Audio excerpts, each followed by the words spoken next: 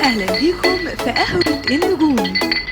لو دي أول مرة تزور القناة ما تنساش تدعمنا بلايك واشتراك وتفعل جرس التنبيهات عشان يوصلك كل جديد من القناة، وما تنساش تقول لنا رأيك في الكومنتات. تامر حسني يحتفل بعرض النسخة المدبلجة من سبايدر مان Into the Spider-Verse. احتفل تامر حسني بعرض النسخة المدبلجة للهجة المصرية من الفيلم الأجنبي سبايدر مان Into the Spider-Verse داخل سينما رينيسانس داندي مول وسط جمهوره من مختلف الأعمار بحضور إسعاد يونس وأفراد أسرته.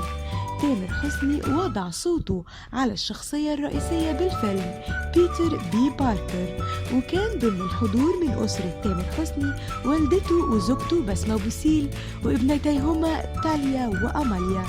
كما تبادل تامر حسني وإسعاد يونس العديد من المواقف الكوميدية عندما قدمت له الآيس كريم، بالإضافة إلى قيام الفنانة الكبيرة بالإشارة بأصابعها بعلامة لاف الشهيرة بجوار بوستر سبايدر مان والتي تدعو إلى التفاؤل، وسألت من حولها بدعابة قائلة: متأكدين إن دي مش حركة عيب؟ وهو ما فجر الضحكات وسط الجمهور.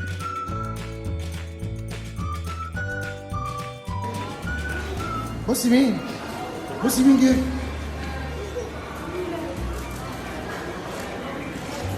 موقف طريف: عقب انتهاء العرض التف عدد كبير من المعجبين حول تامر حسني لالتقاط الصور التذكارية بطريقة السيلفي، واستمر ذلك لفترة طويلة، هو ما اضطرت معه زوجته بسمة بوسيل إلى المغادرة تجاه السيارة من أجل ابنتيهما، لذا بادر تامر بالنداء عليها كي تنتظره بدعابة على طريقة فيلم عمر وسلمى قائلا بصوت أجش: يم العيال، والتفتت له وعلى وجهها مزيج من الضحك والغضب، وهو ما جعل تامر يعلق: طلعت مش هي، وسط ضحك من الحاضرين.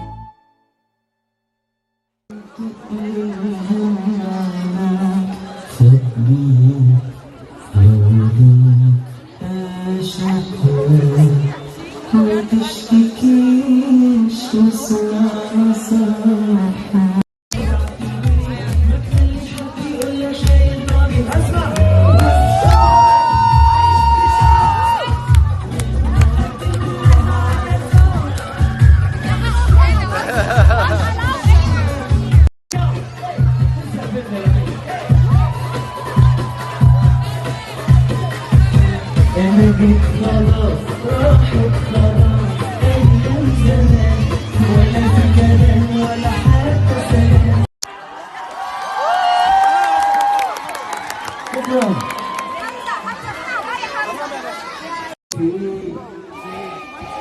جيتي انتي بسرعة يا بنتي،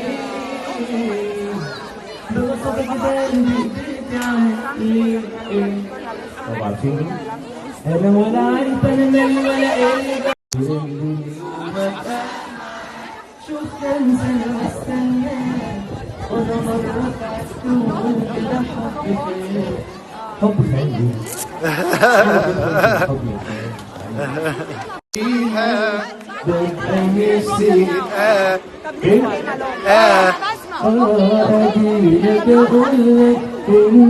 أقولك على بعضك عندي بالحياة.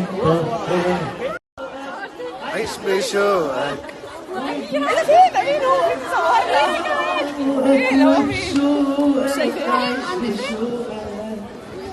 ودماغك اللي معاك